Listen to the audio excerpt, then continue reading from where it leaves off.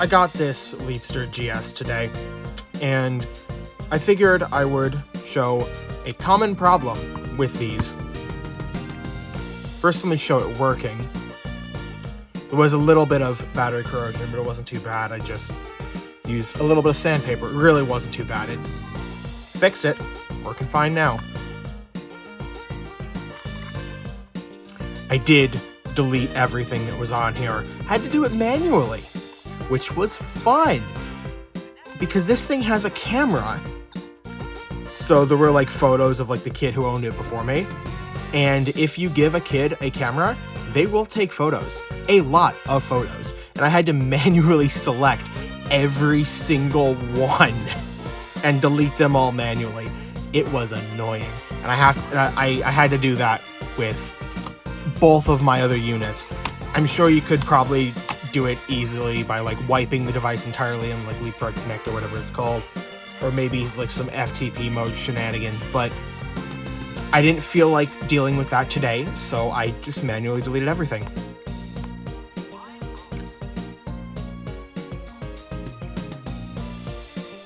Yeah, anyway, back to the thing this video is actually about. So, the battery covers. I already did one of them. Do you see how that just came off? Well, this is a device for kids. You don't want a kid eating a battery, right? And you also don't want the kid to like drop it and then the batteries go flying and their game gets turned off. So these battery covers are a nightmare. And they are just incredibly tight. They just do not come off. They have like a death grip. I already did it. Why is it not going in? Why is it not going in? There we go. I already did it to this side. You can see it just easily comes out. And I already did it to these other two units.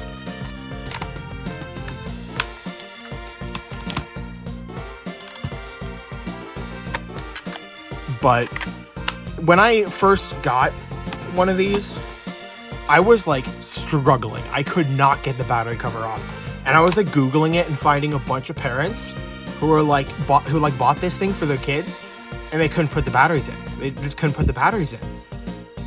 And I think like the official Leapfrog website said to like use a screwdriver to put pressure on the clips so it'll come out. And I tried that and it didn't work. And I saw people suggesting like sanding it down a little bit, just the little clips here. And that's what I did. And it bloody worked. So, yeah, just comes out easily.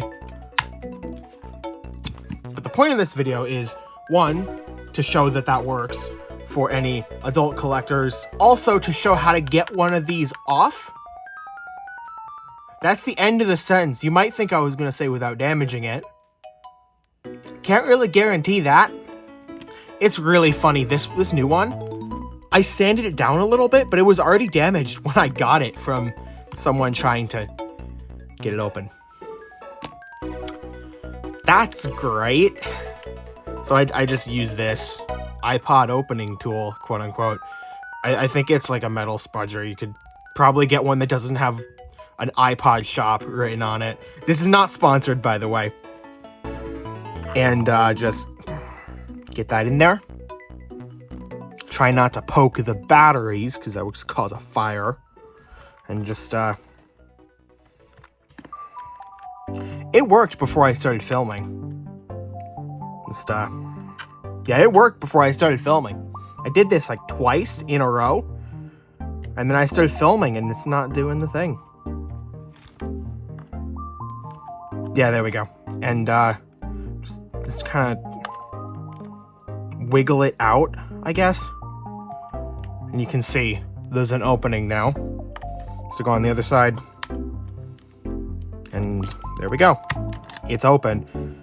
Hopefully without damaging it very much. I think this one was already damaged when I got it. So I've got some sandpaper here. Only the finest. I have no idea what grit this is.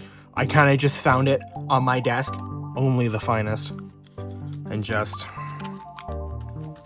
sand it down. You don't want to, I would assume you don't want to sand it too much, because then it just won't stay in at all.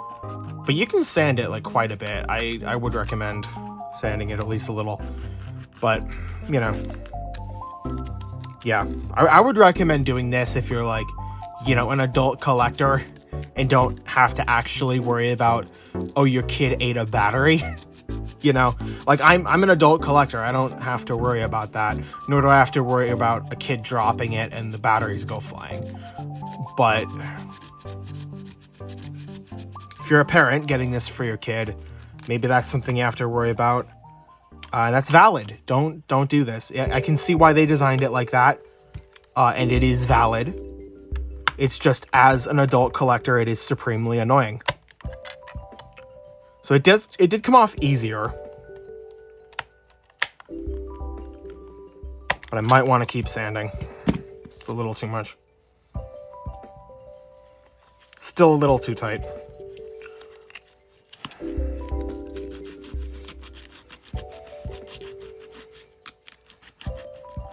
The thing is, also, I would assume a lot of like collectors of toys would be like terrified of you doing something like this, but I'm a collector of video games. I actually play the things in my collection, right? So granted, they're Leapfrog games, but I don't know. I get some enjoyment out of crap games like this sometimes. I don't know. They're charming, you know, they're charming. Something about them is just deeply, deeply charming. I don't know what. Yeah, that's good. So, this thing is officially usable. I don't know why they didn't just use screws. Like I'm not suggesting they do this.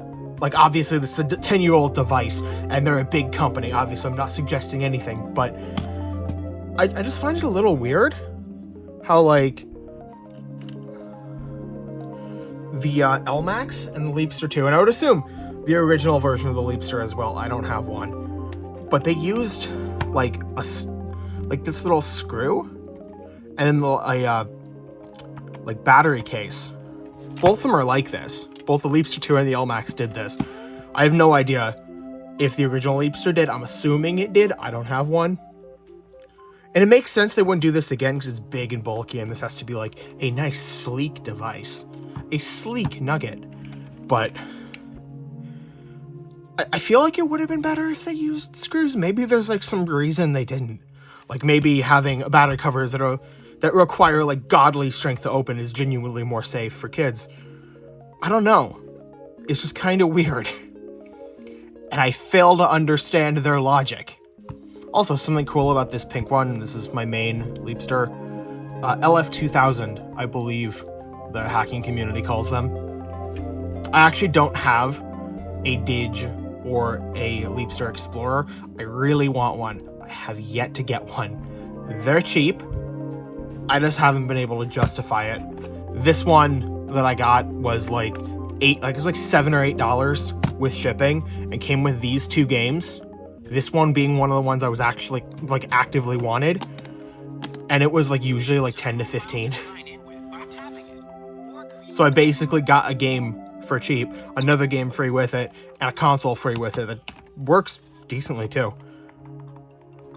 But I set up dev mode on this so I can FTP files over, and I can copy like my photos off it. Actually, I can't remember if I have any photos in this one, other than like the profile icon, which is always my 101 Dalmatian Street Dolly plushie.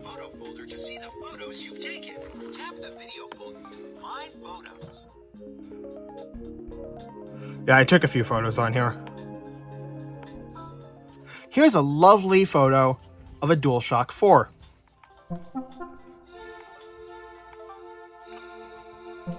Anyway, when I turn this on to actually turn this on to show, I have games installed on it. You can very easily do this through FTP in dev mode, or use, God, I think it's called like LeapPad Manager or something, to do it more automated like. I have the My Little Pony game on here. which I do own legitimately. Can't say that about everything on here. They're Leapfrog games. If anyone gets mad at me for pirating Leapfrog games, you have messed up priorities.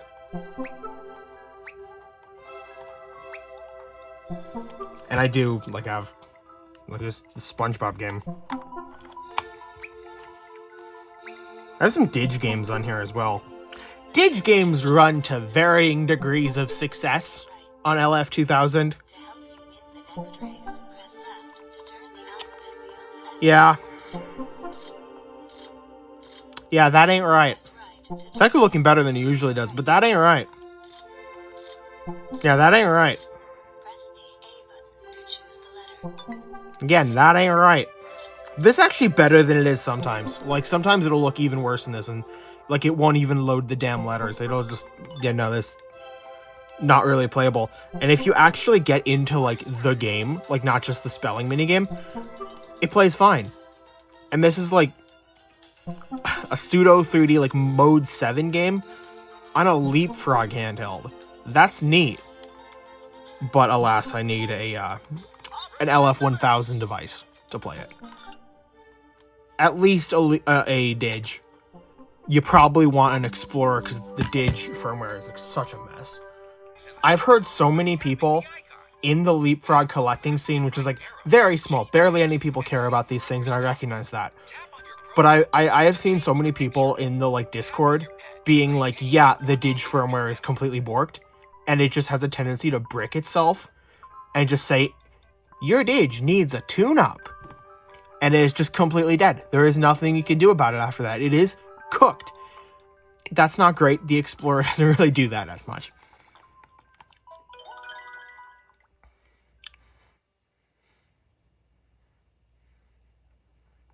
I think this is a racing game. It's called SpongeBob the Clam Pre, so I'm assuming it's a racing game. SpongeBob SquarePants, the Clam Pre. Yup. Spelling micro-badges. Option expansion pack. What? The expansion pack has not been installed. What? Does it have DLC that isn't micro mods? That's interesting. Option change your setting. Control. Yeah. Controls. I might want to see that. Oh, I thought it was going to be like motion controls on or off, like the My Little Pony game over here. Play. Choose a mode to play. Quick tournament. Quick play. Choose a character to race with. Unlock more characters by collecting coins. Oh, I can only play as SpongeBob right now. Great. Choose a track. Sure.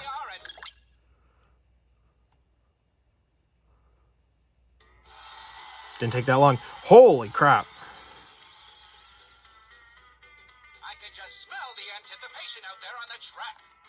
Or that fish. Anyway, Wow, it looks okay. like they're ready. I completely forgot this was a fully 3D game. Like, I think I knew about it being a fully 3D game. Tap a letter in each row to spell But, the like, word rap. wow, R.